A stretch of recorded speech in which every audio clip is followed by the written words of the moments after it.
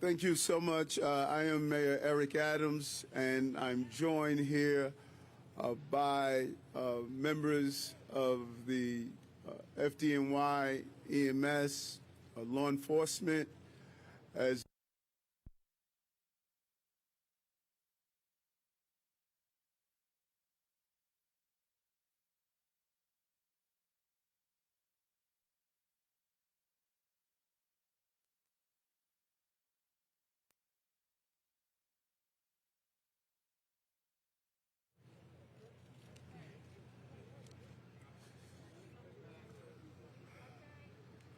one, two, okay?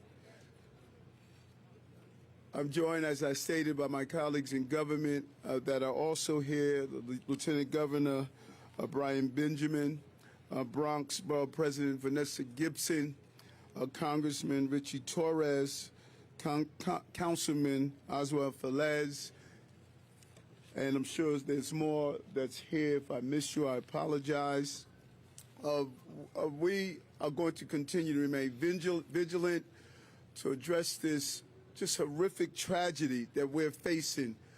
The ME modified the numbers of those who lost lives. We have 17 lost, 9 are adults and 8 are children. This is really an evolving crisis. And so as it evolves and as we get new information, we're going to share it with you as well so you can let the public know what we're going through. We said this yesterday and we will continue to say this is an unspeakable tragedy. Early this morning, I was joined with the Chancellor. We visited every school in the area where the children, our young scholars, lost their lives. We sat down with the principal and the teachers and just wanted to have a private moment to let them know that we are here to support them as they go through this tragedy. They shared just personal notes of these children, and it was something that we heard universally about each child that we lost is how much they smiled, how much they brought life to the school. And not only did this fire leave a burning pain in the hearts of people in this community, but it has left a burning pain in the children and the teachers and the faculties of this school. We will support these schools in every way possible in the coming months. Educators, students, staff, all of them realize that they're going through a traumatic moment, and we want to be here for them. And it is clear that these families and the entire community is receiving support from across the country.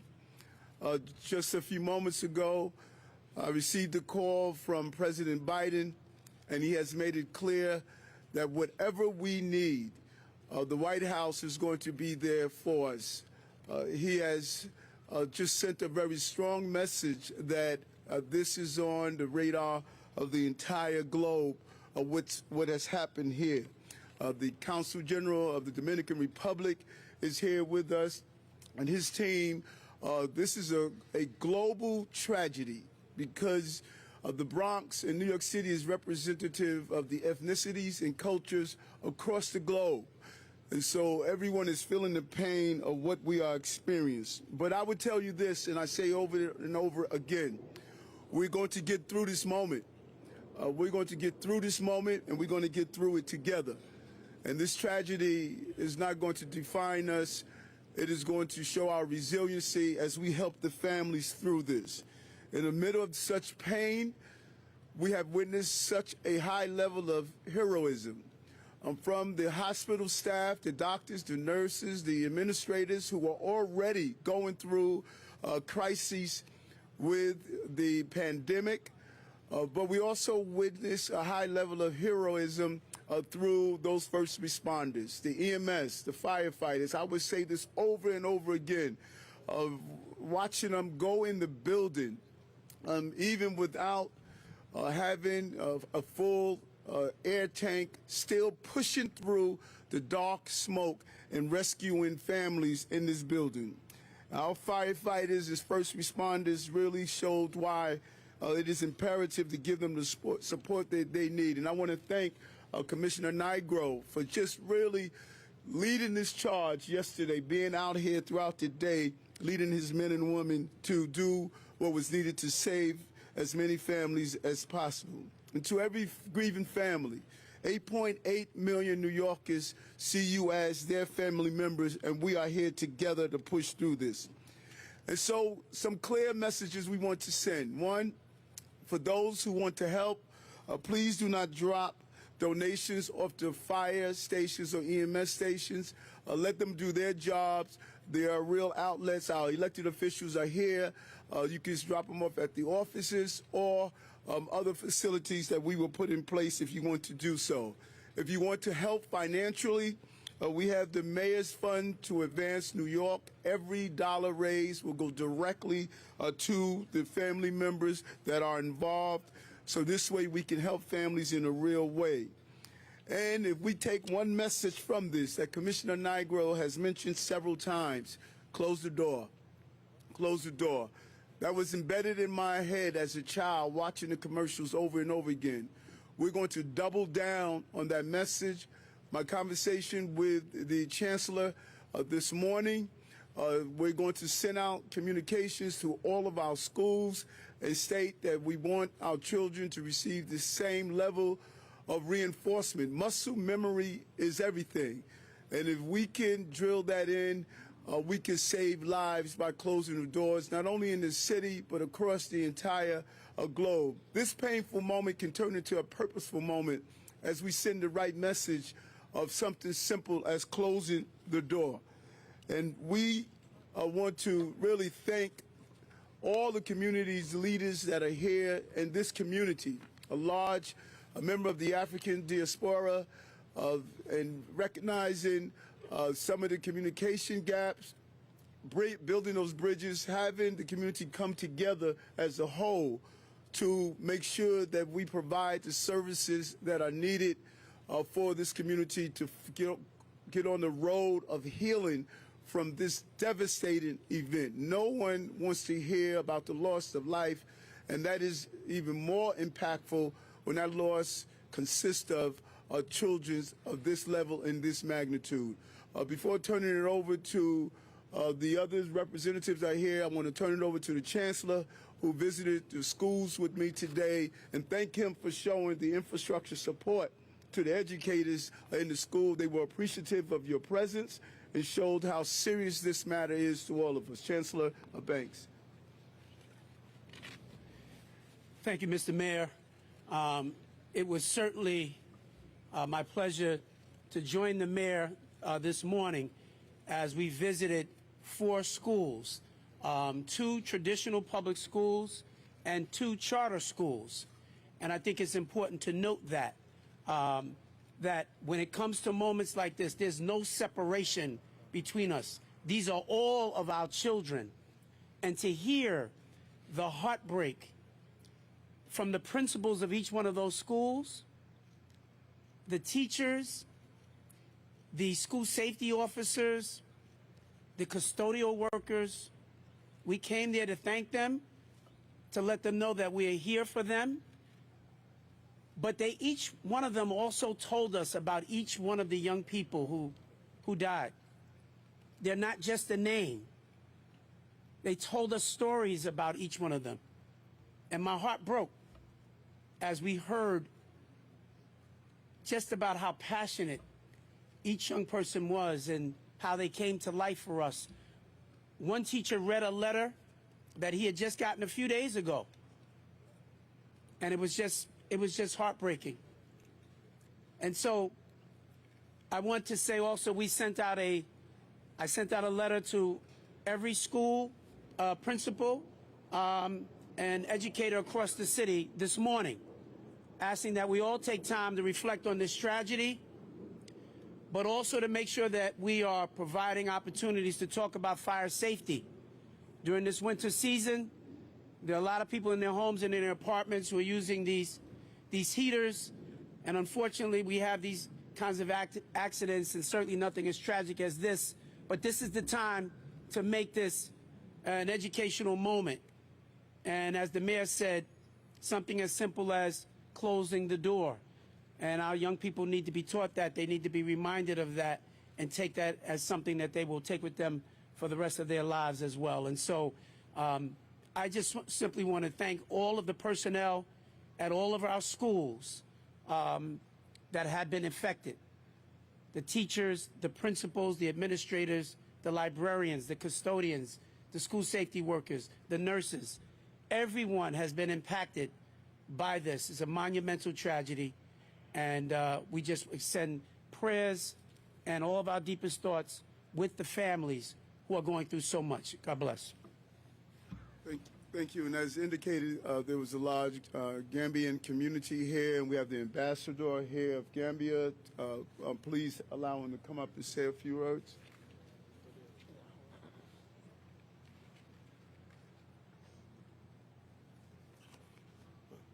Thank you very much, Mayor. Thank you for your leadership. I have come here from Washington to meet you and the local authorities to learn more about this tragic incident that took so many lives and left many more struggling for their lives. This is very unfortunate, and I think I dare say that the majority of the victims apparently have their roots from the Gambia. We are a very small country of about less than 2 million people, and we are all related. Everybody knows everybody. So our country is currently in a state of shock. Before I came in here, I spoke to the President of the Republic of the Gambia, Mr. Adam Barrow, and he has asked me to extend his condolences to the bereaved family members from the Gambia and from everywhere. This is a shock. Our thoughts and prayers are with the family. Thank you, Mayor. Thank you. Thank you. We'll be here for you. So we know we want to get to the commissioner to answer any questions, but I just want to allow those electeds who are here and who was here all night, for the most part, respond to this. We want to have the Lieutenant Governor, Brian Benjamin, then the Bronx VP, Vanessa Gibson, then Congressman Richie Torres, and then finally Councilman Oswald Velez. All New Yorkers share their condolences with this tragic occurrence, and I want to just reiterate 2 points. First, Governor Hochul mentioned yesterday that there will be a victims compensation fund. There will be resources in the state budget which will be allocated to assist on the ground, and we'll work with our local leaders to make sure that those funds are dispersed. And secondly, over 75 units in this building, which is a state-supervised Mitchell-Lama building, have project-based vouchers. Individuals who are not able to re-inhabit their apartments, those vouchers will be able to move with them to a new location. We will be working with the developers and those on the ground to make sure that everyone has adequate housing as soon as possible if they cannot come back to the building. And so the state will stand with the city and stand with the Bronx to make sure that no one is left behind and that we ensure that everyone who's been impacted by this tragedy gets whatever we can give to them to make their lives whole. Thank you.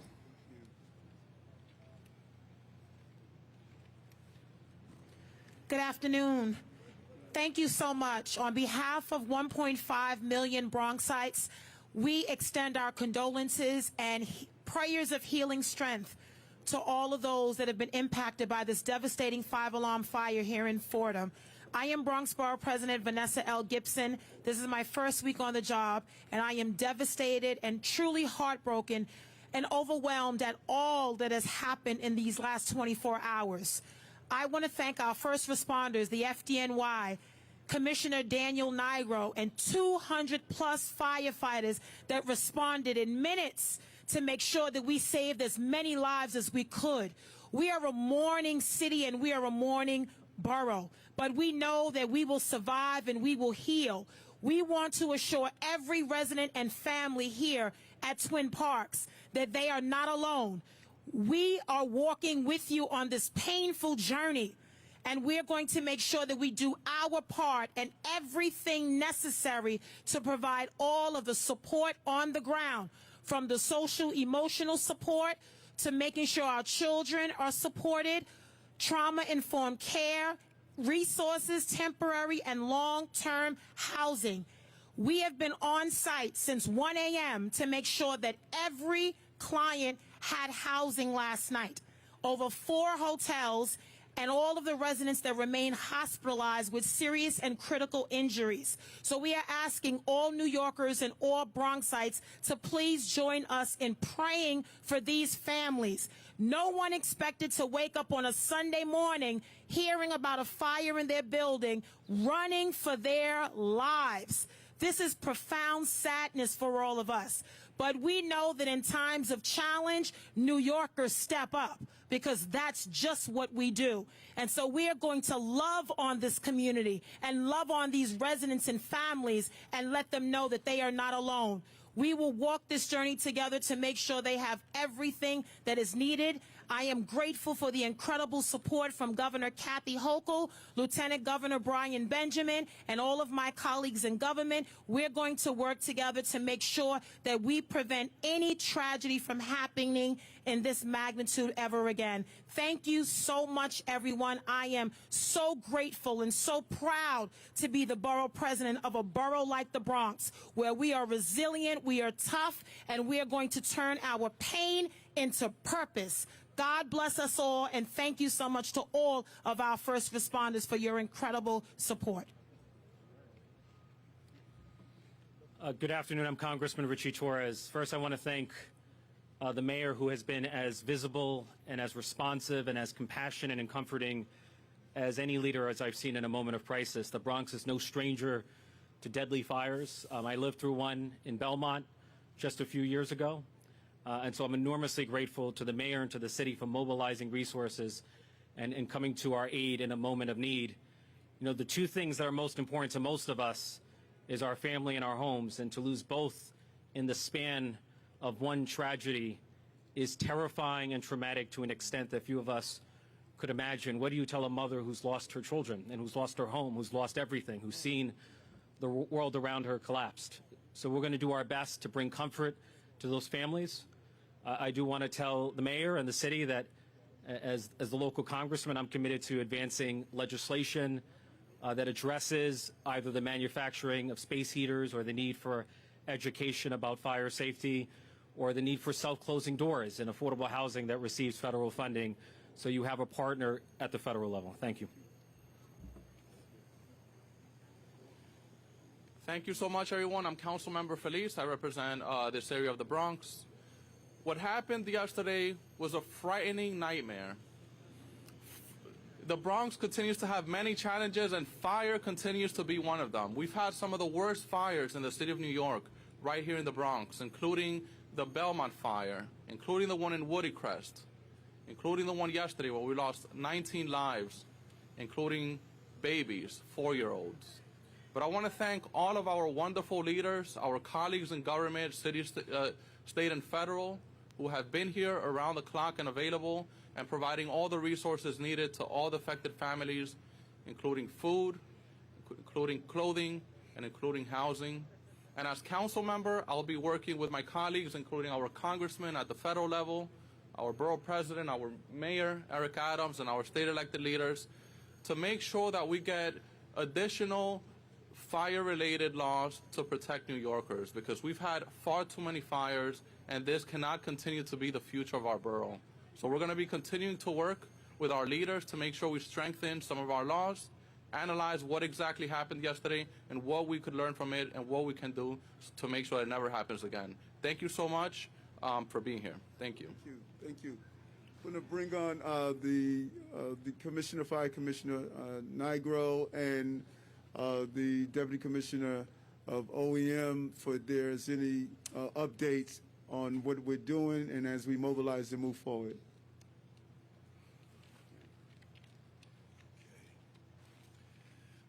Thank you, Mayor. The investigation continues. As I said yesterday, we're certain that the fire started with a faulty electrical heater, portable heater.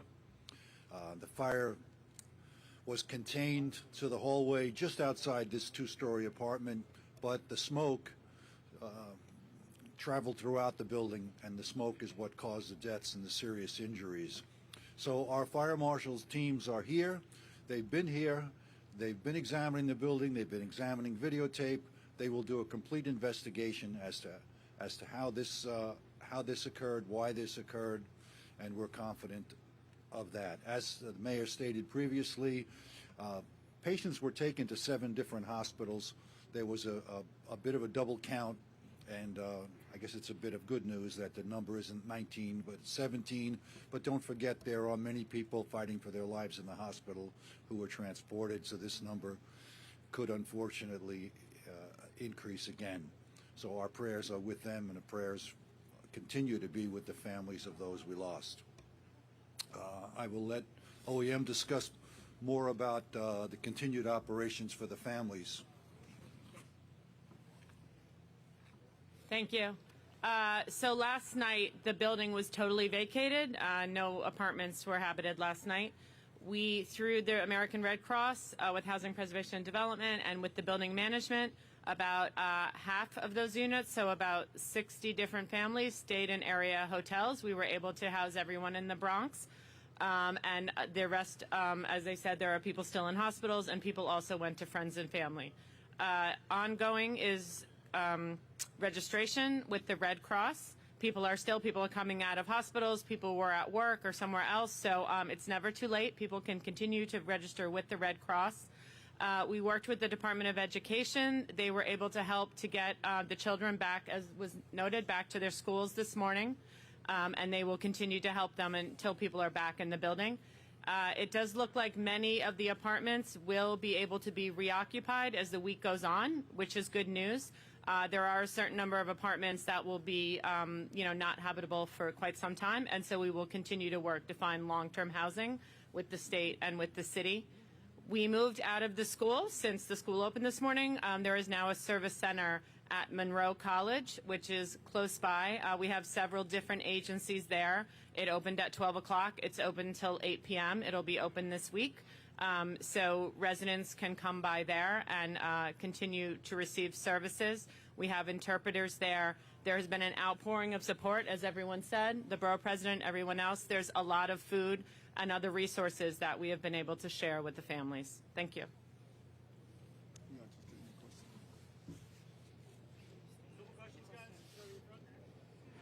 To the mayor and to the commissioner, of the people who died and of the people who suffered critical injuries, were they all found in the hallways and the stairwells, or were some of them actually found in their apartments? And the reason I ask is I wonder whether those victims would have been better off had they remained in their apartments and waited for firefighters to rescue them.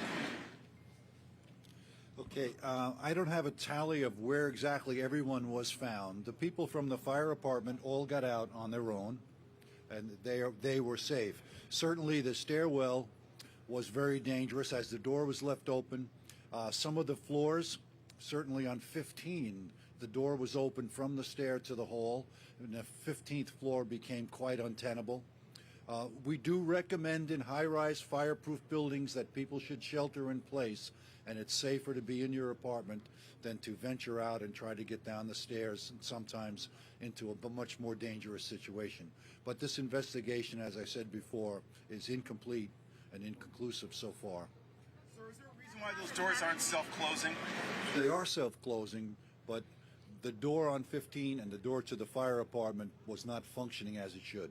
But As a follow-up to that, if the door is not functioning as it should in the fire department, is that a violation of the law? Is that the responsibility to make sure that the self-closing doors actually close? well, it would be if it was pointed out. So we'd like to point out today to everyone, if you're in a building, an apartment building that has self-closing doors, make sure it works. And if it doesn't, please point that out to the landlord, to the maintenance folks, and make sure your door closes as it should. Steve in the back. Commissioner, if we learned anything more about the alarm system here and previous false alarms, It's still part of the investigation. There has been some stories that the alarm system went off regularly. There's been some stories that people smoking in the halls set off the alarm. So our investigation will determine that. In front.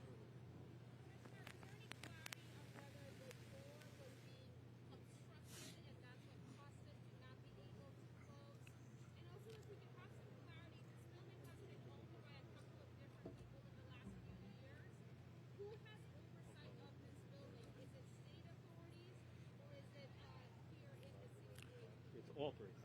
I can answer the first question. The door was not obstructed. The door, when it was fully opened, stayed fully opened because it malfunctioned. As far as the building ownership, someone else will have to answer that. It's all of the above. So it's Project B Section 8, which is a federal program.